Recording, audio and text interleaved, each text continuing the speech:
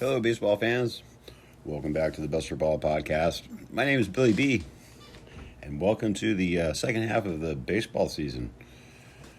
Even though we are a little more than halfway done with the season, after the All-Star game, it's usually called the second half. So here we are. The Giants are just trying to climb back into the NL National League wild card race, while Seattle's battling to stay relevant in the crowded AL West. Both clubs have underperformed offensively, making this a series that will likely be deciding by pitching, defense, and situational hitting rather than power. So the probable pitching matchups will be Landon Raup and Bryce Miller, Game 1.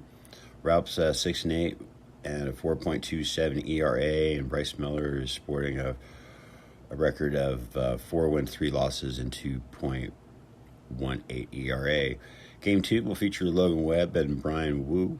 That should be an entertaining match, to say the least.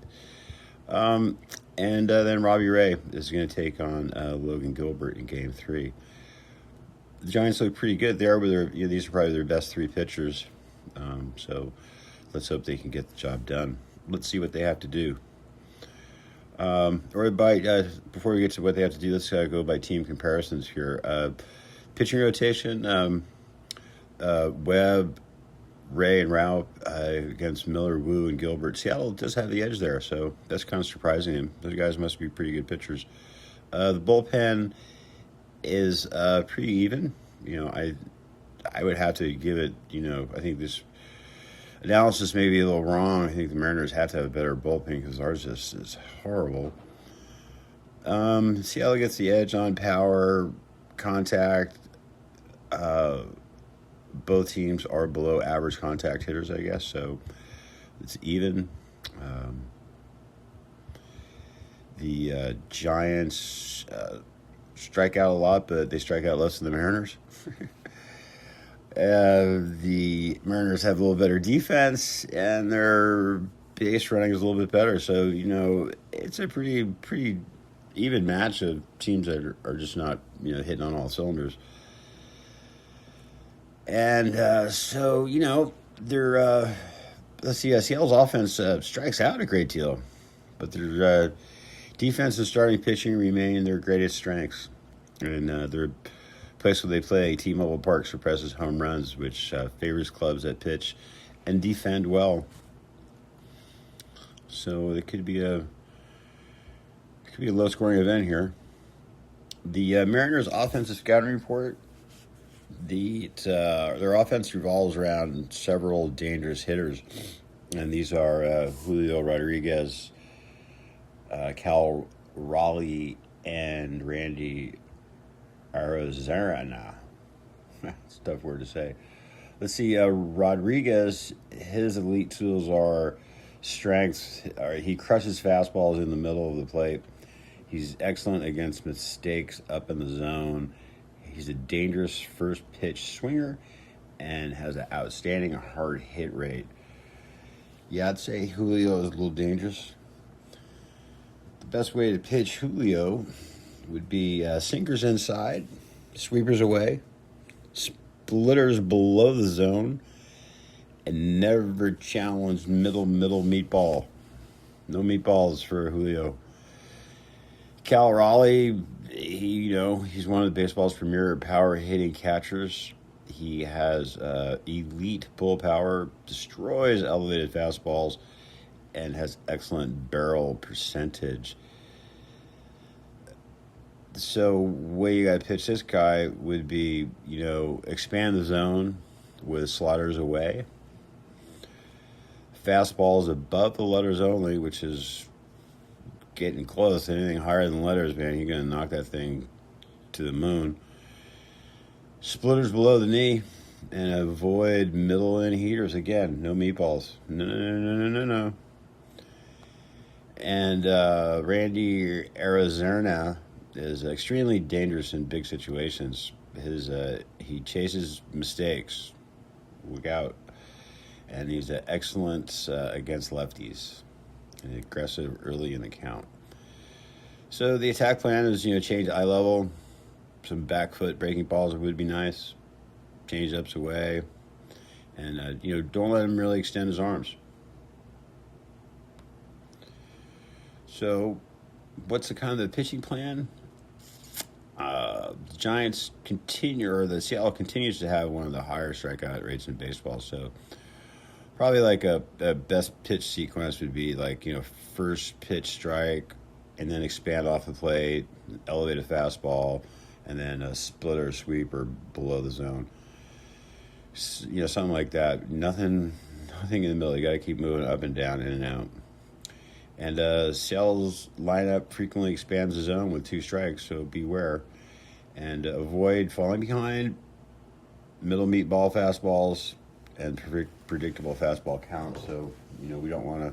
We'll probably see a lot of off-speed stuff. The Giants' offensive game plan. Seattle's rotation features excellent velocity and command. So they have some good stuff.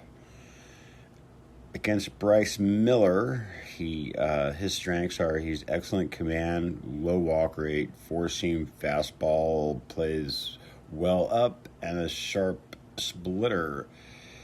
He attacks the counts deeply. He doesn't chase the splitter, hunt mistakes early, and make him elevate. Against Brian Wu attacks aggressively. The Giants should try to jump first pitch fastballs, stay middle away, avoid chasing a slider, and put pressure on Seattle's defense with aggressive base running. So some of the Giants' keys to victory: Logan Webb needs to produce 7+ innings, ground ball rate above 60%, and limit walks to 1 or fewer. So Logan needs to be sharp. He hasn't been sharp lately at all. Robbie Ray, his fastball slider combination should play well against Seattle's right-handed power if he stays ahead in counts.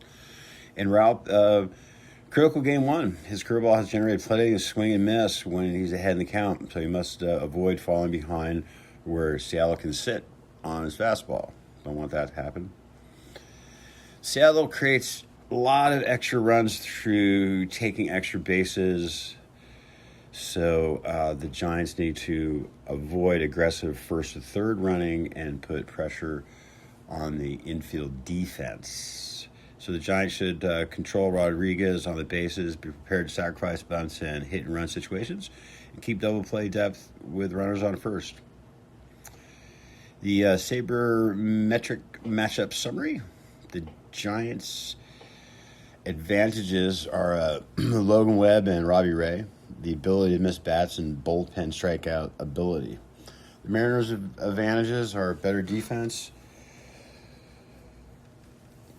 better team power, better base running value, and home run or home field advantage, and a little deeper rotation. So they seem to stack up a little good there. So we'll say the prediction: the Mariners are going to get game 1. Bryce Miller is going to outduel Landon Rout. Say game 2, the Giants take that one. Webby's on his game, and he induces a lot of ground balls. He didn't pitch in the All-Star game, so that means he really wants this one. In game 4 is a close one. Robbie Ray, strikes out a lot of folks, double-digit strikeouts, so there's a lot of swing and miss. So I'm going to say the Giants, win the series 2-1. The deciding factors will be whether the Giants can capitalize on Seattle's tendency to strike out while getting enough timely offense against one of the better pitching staffs in the American League. If Webb and Ray perform to their standards, San Francisco has a strong chance to leave Seattle with a series victory. So those are all good stories. We think they can happen. Giants need to play really good baseball for the rest of the year. Who knows? Maybe they can gain, 15 games and end up, 4 games out of first place or something. Get the last wild card. Keep dreaming. I like to dream. Dreaming's okay. Sometimes dreams happen. Sometimes it comes true. That's my pep talk for the day, Giant fans. Let's go get Seattle. Tear them up, Giants. Go, Giants. Second half, crushers. Talk to you later. Go chat.